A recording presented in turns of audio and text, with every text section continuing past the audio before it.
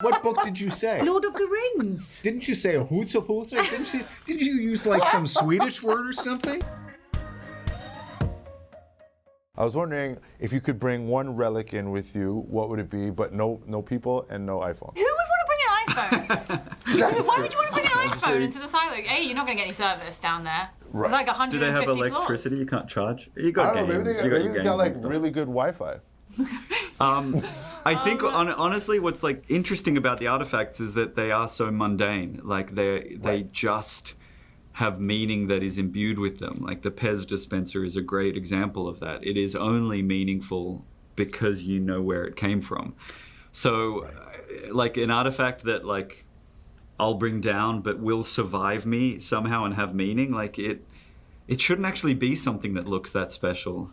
Like maybe like a karate trophy I got when I was like 7 or something like that. Yeah, something that would just feel like very confusing to future people, but inspire imagination or something. Yeah. The first place my brain went was to like, I would bring seeds. I would bring seeds from the plants that I have nurtured in my house in the hopes that I could then try and recreate them down there. But I just think that's a bit of a lost cause, probably wouldn't work. So then I just have a bunch of seeds. I would bring in a... I think I'm a Husa book. Is that book? boring? A book? Yeah.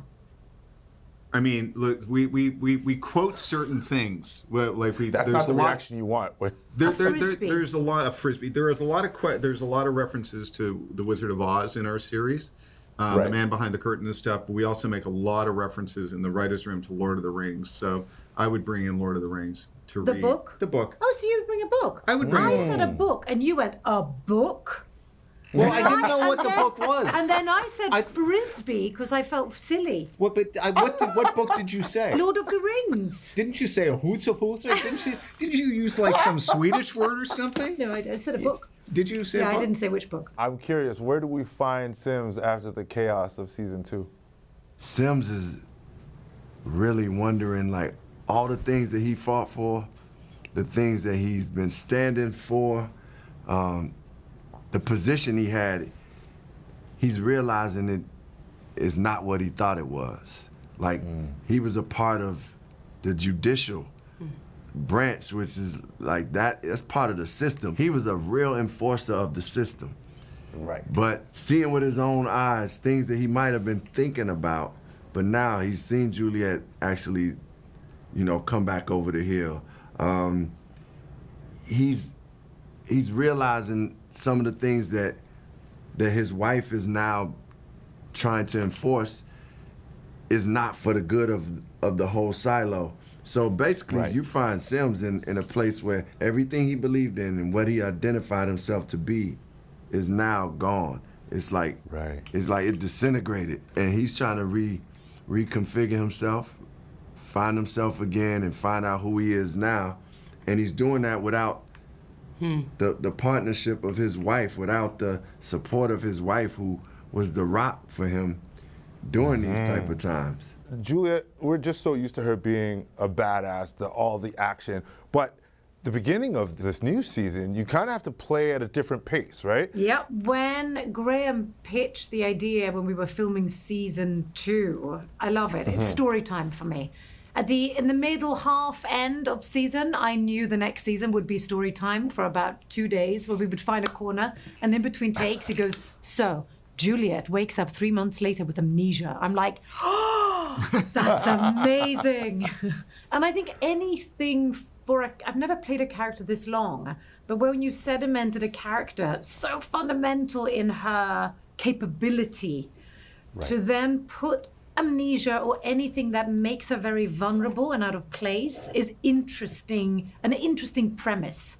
She comes back from a forced cleaning into a position of forced mayorship, the last position she wants, and then she's being controlled by a narrative that doesn't suit her internal feeling. Something's off. Graham, back to what Rebecca just said. When you pull her aside and give her that bit of news ahead of time, and you get that reaction, is that the reaction that you're looking for before you go, okay, yeah, this is where we're going? Like, how oh my much fun God, do you yes. have I mean, with this what story? if she had said, nah. That happens. happen sometimes. Well, she was like, Well, I don't know sometimes about that. scene by scene or a bit of a line or a speech or something. It was like, nah.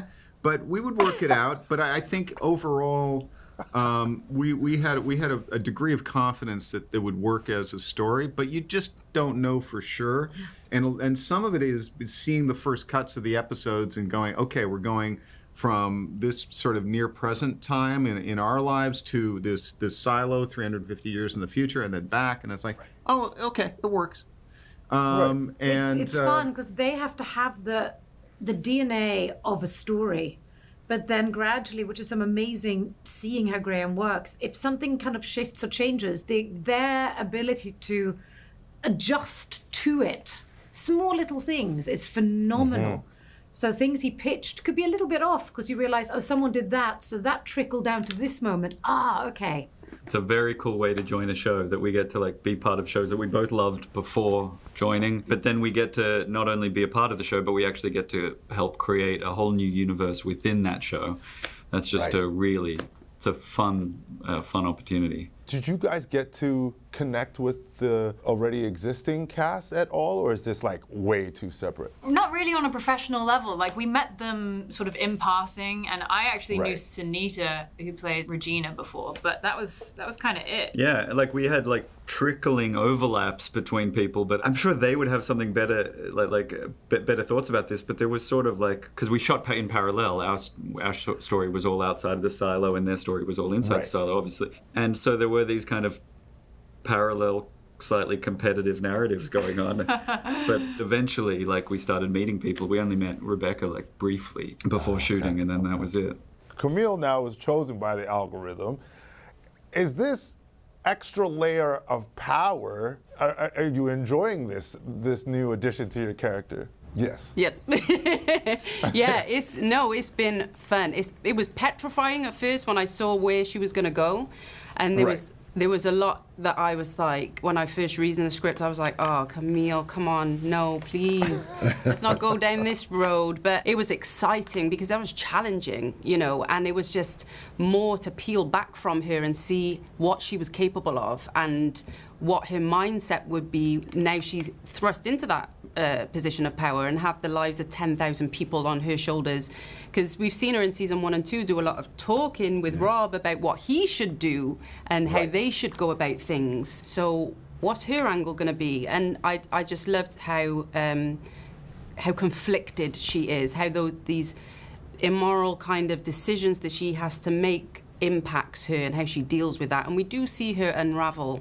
It's not lost on her. She's aware of the manipulation. She feels that this is for the greater good and there's a why. But we see even that slowly start to disintegrate because she's never been anyone that's shied away from questioning the system. But does Camille, I mean, he made me think, but he was talking about you as Alex, but does Camille enjoy the power? Are you asking? Yeah, I'm asking. Do you want to be sat there? Does Camille enjoy the power? Let Carmen cook. Go ahead now. I think initially she does.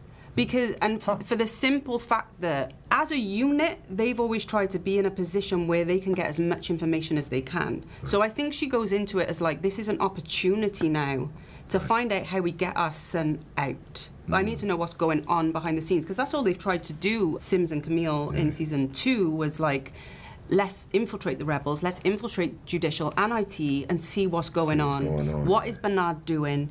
So there's been all of that. So for her to be in that room, I think she's terrified, but at the same time, it's like, okay, let's figure this out and let's use it, Yeah. You know what I love? This just became like couples therapy. I'm interested in asking what you guys think this says about our world today, because there's sort of like that, that struggle between truth and control. Yeah, there are a lot of parallels with the world that we're living in right now, and I do think that there is hope in the show, and hopefully this happens in real life too, that the truth will out. Love remains, love lasts, besides the very obvious sort of, talking about artificial intelligence and tech billionaires. Like, there are a lot of surface level similarities too. I think I agree with all of that, and then I'd say that I think apart from the window dressing of the fact that these 10,000 people live in a silo, their world is actually not that different to ours at all. I think that's one of the beauties of the show, and the beauty of good sci-fi is that it actually feels exactly like our world. The human beings in that experience dealing with the very similar things that we are, except they're not able to, except our day-to-day is different, but emotionally it's the same experience. Well, that's such a good point. Thank you guys both. That's my time. Congrats and have fun, because as people start to see these episodes, they're going to love you more and more. Thank you so much. Thanks very much.